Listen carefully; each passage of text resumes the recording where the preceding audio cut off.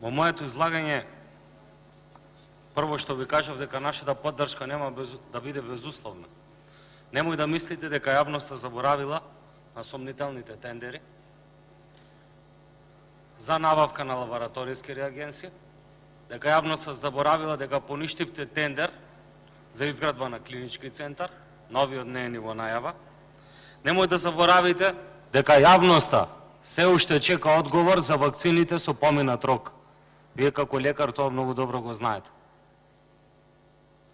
И искрено очекував денеска да го поддржите амандманот каде што бараме укинување на економските директори. Зошто гласавте против тоа? Во вашиот план, програма за живот 180, ветувате дека прво што ќе направите е дека ќе ги укинете економските директори. Но очигледно, за функционирање на коалицијата, ова умешно го преќутувате. Излезете и кажете зошто денеска не поддрживте да изгласаме законски да се укинат економските директори. Не може коалицијата да се потпира на меѓусебно условување.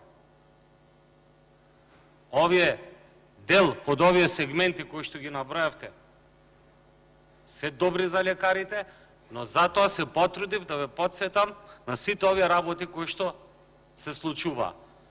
Зошто денеска не излеговте да кажете за сите матични гинеколози, стоматолози, лекари, дека капитациониот бод ќе биде 90 денари? Значи не е се мед и млеко.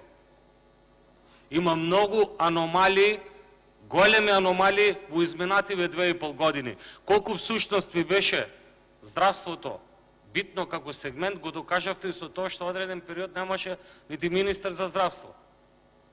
Сето ова го ставаме во позадина, излегуваме за некои подобри работи да кажеме дека се добри, но немојте да мислите дека многу работи се заборавени и дека јавноста има кратка меморија.